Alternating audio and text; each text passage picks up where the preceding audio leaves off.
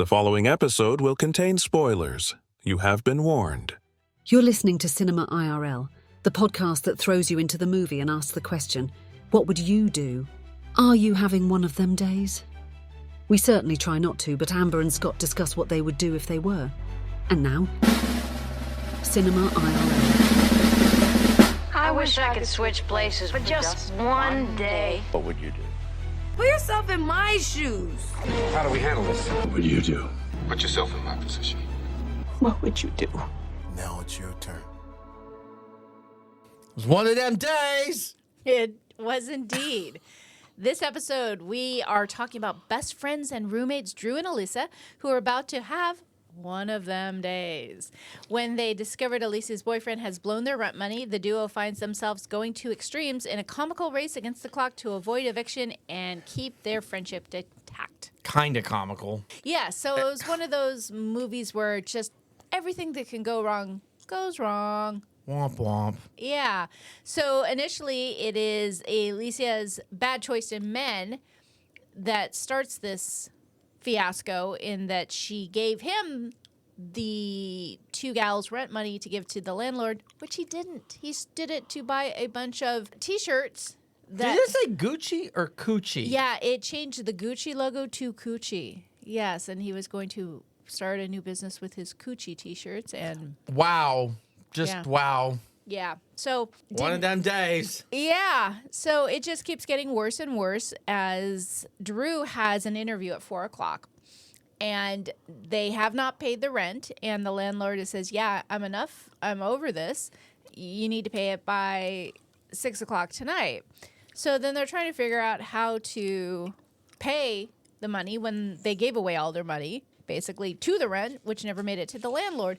So they go on some shenanigans of selling their blood and stealing some shoes that are thrown over a telephone line, which, for those who don't know or don't live in an area that has gangs, Gang sign. that's something you do to mark territory. And so one of them steals the shoes because there's some nice shoes, and then they try and sell them online, which they do, and then they get found out by the gangster who threw the shoes up there to begin with, who now wants $5,000 for these shoes. One of them days. So they owe the money for the rent, and they owe the money for the shoes, and when they come back, they realize the landlords put all their stuff on the street, and it is a difficult day for Drew and Alisa. But apparently, art conquers all, and they have a pop-up art show, and Yeah, because Alisa is an artist but doesn't do anything with her art. And as all of their belongings are discarded on the sidewalk, the new renter in their complex, the new Caucasian female renter, says, oh, are you having a garage sale? What do you have? And pays $300 for one of the paintings. And turns out she does brand marketing, so kind of put it out to her people that there was going to be this pop-up art show. And there was all kinds of shenanigans in between where, oh gosh, there was a woman with a very large butt who liked to vibrate it, and she was out to get the girls, and one of them days. Then Drew nailed the interview, but then the big butt girl attacked her roommate, and all kinds of shenanigans. So Yeah, that's a lot. Okay, so we're going to start with the first what you could do. So as you know, I am not a lawyer, but oh, if only. I certainly know a thing or two about the law, especially when it comes to renter's law. I was twitching watching that landlord put belongings onto the curb because let me tell you, in the IRL, if you do that IRL, that is the biggest freaking lawsuit you're ever going to see. Yeah, it's rather difficult to get somebody evicted, even if it's full on with cause. Yeah. So I used to manage an apartment building, and there was a gal in there who was shown some compassion, and the landlord worked with her, and then he was hospitalized, and I became the apartment manager for a while to help him. And boy, when she was in, she just sunk her claws in and hunkered down and didn't pay rent for months, and it was a pain in the butt to get her out. Yeah, it's a lengthy process. Honestly, with even mild legal maneuvering, you can stay 6 months, and if you really know what you're doing, you can stay longer than that. But Not that I your bills. encourage that. pay your bills, be responsible. Yes, pay your human bills, be beings. responsible. But my point is a landlord can't just go in and change the locks and say you're out, be out by 5 p.m. That is the stuff that you see in movies and TV shows. So just in case anyone ever has a situation like this, let me assure you, it does not work that way. And if your landlord tries to make it work that way, you may make a lot of money off your landlord when it's said and done. But you know what? Don't put your landlord in that situation. Well, yes, Because no one wants to be that person. To I put you out agree, on the but street. Just don't you do it. You don't threaten people on the first. Like literally, Well, it was 10 a.m. on the first. It was, but you could also tell that this wasn't the first time. Well, yeah. I mean, he probably managed a place where He's got bills to pay too. I get it, and I'm never going to tell people not to pay their rent. You absolutely should always pay your rent, but You are as a renter, you are one person in a series of transactions. The landlord needs money to pay his bills and to pay other things. So just, yeah. yes. So I think the moral of that, though, isn't necessarily to pay your rent or to not let a landlord put your stuff out on the street, but I think it's actually looking at the guy who Alisa was dating, who had basically flopped there for 6 months and then stole the rent money. I think that's more the issue, is about making good choices.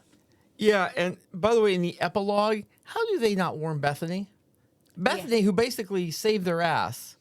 How do you not warn Bethany, hey, Okay, tell folks what you're talking about. Bethany's the white chick who apparently in the epilogue, the loser boyfriend smooth talks her into living at her place. Yeah. And then the dog chews up all of his shoes.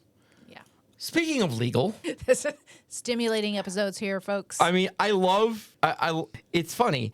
I am fairly certain that there is, at least not in California where this was taken, and nowhere that I know of, can you charge 1,900.5% APR on a loan? Payday loan places, yeah. And are two, some scary if you're places. charging 1,900.5% APR on a loan, you're damn sure not putting it on the poster. So whoever's involved in advertising for that needs to be fired. Well, I think that was just comic relief for the movie. Yeah, I know it was. Boys and girls do not pay 18. Though I do think that there are some that are like 330 or something. Like there are some that are pretty crazy, but 1,900 is like your loan is more than doubling every month. Yeah, I mean those are absolutely predatory loans and bad news. You're better off doing a dozen other things you don't want to do opposed to taking out one of those payday Yeah, loans. there are illegal loan sharks that looked at that and goes, damn, that's pretty good money. So, what would you do if you were any of these characters? If you were the guy who launched the coochie line, or any of the gals, or perhaps even the gangster whose shoes got stolen from the telephone wire and was demanding $5,000 or you're gonna die? I mean, that's just extortion. Well, if you're a scary gangster, you can extort people all you like. Well, yeah, until the payday people come and find you and take you away. Not even the cops, the payday cops. Yeah, because he was a derelict on a payday loan as well, and up on their wall of delinquent borrowers. So I will say this: they had the money when he came. I would have been like, "Here's $5,000. Off you go to a good home." Yeah, that was a twist that I didn't see and I thought was really stupid. So they sold the art, they made the $5,000 plus a couple extra bucks to pay the scary gang lord. Yeah, you're being extorted, but please note, as illegal as extortion is, the person extorting you has a gun and clearly will shoot it. Pay him the money.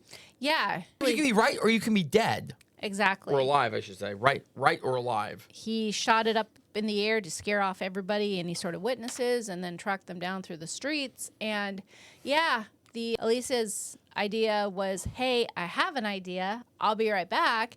And left Drew there to handle it and not give him the money. So I thought what would I do? I'd give him the money, count my lucky stars. He was leaving my space and my world, and that I lived the tale to tell about it. Yes, exactly. Don't mess with scary people. Yeah, don't. I mean, that's the thing. You can. Oh, I ran out there. Hang on. Yeah, no, Of course, that pause will get edited out, but yeah, there was a long pause there. Yeah, you could be all tough and stuff, but Like, in the end, just remember, You have one life. you have one life, and all it takes is one error. Like, one error, one major error, and you go bye-bye. This isn't like Mario. You don't start with 3 lives. You ain't cat. You ain't got 9 lives. There's no up, up, down, down, left, right, BA, select, start. That gives you 30 lives. You have 1. Yeah, I definitely thought that was a foolish decision. And so, yeah, in the end, the bad gangster guy gets taken away by the payday people, and they pocket the $5,000. And then Alisa now realizes she can sell her art. So I think you could have had the happy ending there and still let the drug or the gang lord be out on the street. Now, granted, I don't know what payday loan jail looks like, but I imagine he's going to be coming back. I wouldn't want to mess with that. You'd think so, yeah. Well, maybe. I don't know. Maybe in the end, he has to say, okay, they could have just left me to die. They told me to safety. Yeah, there was a fire that accidentally started, and I they would have drug left him to die. out, saying it was the right thing to do, so they got him safely out of the building. If you're shooting at me and you're threatening me, if you're laying unconscious on the floor when a fire is starting, guess what? You're going to die in a fire. And that's why almost 12 minutes into the movie, we're still talking about new things that happened, like the fire, because it was one of them days. One of them days. Yeah. Yeah. No, don't climb poles to retrieve shoes. Well, I mean, the truth is a lot of folks have been under situations where you gotta pull money out of thin air. And I know I've been in that situation once or twice, and I know you have as well. And most people are like Drew and Alisa in the fact that they're living paycheck to paycheck. They can't have a setback like that. And when you don't have any safety net, yeah, you do things like climb poles to steal gangsters' shoes. And I know what this is about to say is kind of rich coming from me, but let's consider this wisdom from today and not from previous in my life.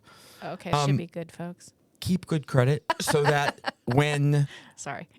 something does come up, you can get legitimate credit or a legitimate loan and use it to bail yourself out of that crazy emergency. Like, that's kind of what it's there for.